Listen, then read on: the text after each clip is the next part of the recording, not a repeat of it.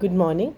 Today I want to tell something on Mithila painting or Madhubani art. I'll be even showing some paintings.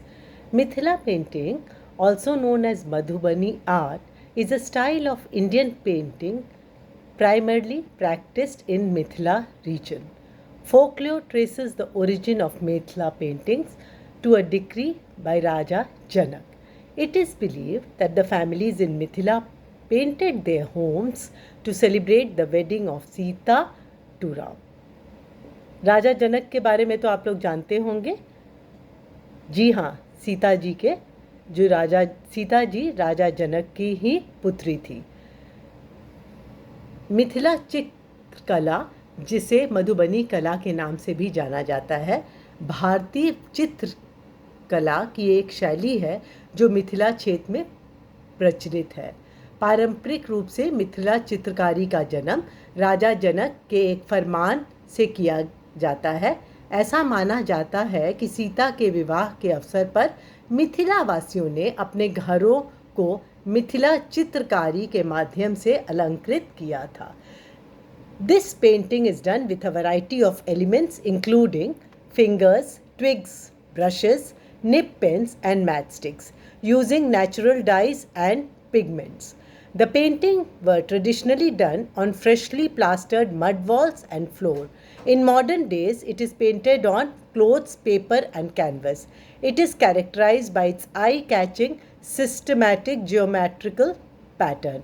Aripan, a form of design, is made from the paste of powdered rice in the courtyard or on the floor. यह चित्रकला उंगलियों, टहनियों, brush, nib, pen और माचिस की तीलियों सहित कई तरह के उपकरणों से बनाई जाती है. रंगों की प्राकृतिक समावेश और पिगमेंट का उपयोग करके बनाया जाता है. यह चित्रकारी परंपरागत रूप से ताज़ा प्लास्टर की गई मिट्टी की दीवारों और फर्श पर की जाती है. आधुनिक दिनों में यह कपड़े, कागज और कैनवस पर बनाई जाती है, जो कि बहुत ही मन मोह लेता है. मिथिला चित्रकला अपने मनमोहक और व्यवस्थित ज्योतिमयी पैटर्न द्वारा पहचानी जाती है. अरिपन को आंगन में या फर्श पर पिसे हुए चावल के पेस्ट से बनाया जाता है. Mithila paintings has remained confined to a compact geographical area and skills and have been passed on through generation.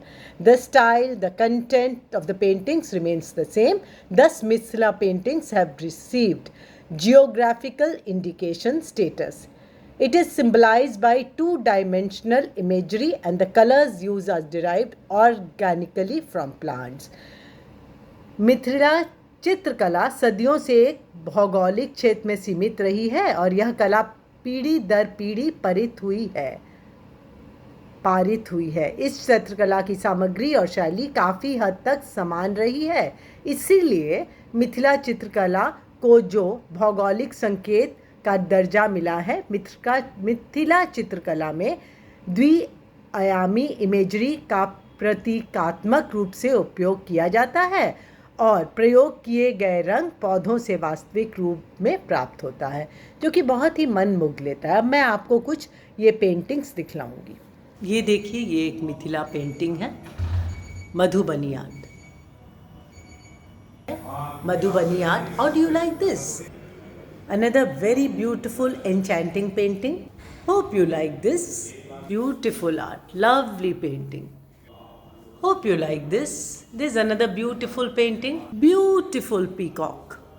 Simply fabulous. What do you think of this? Another beautiful art. Think of this.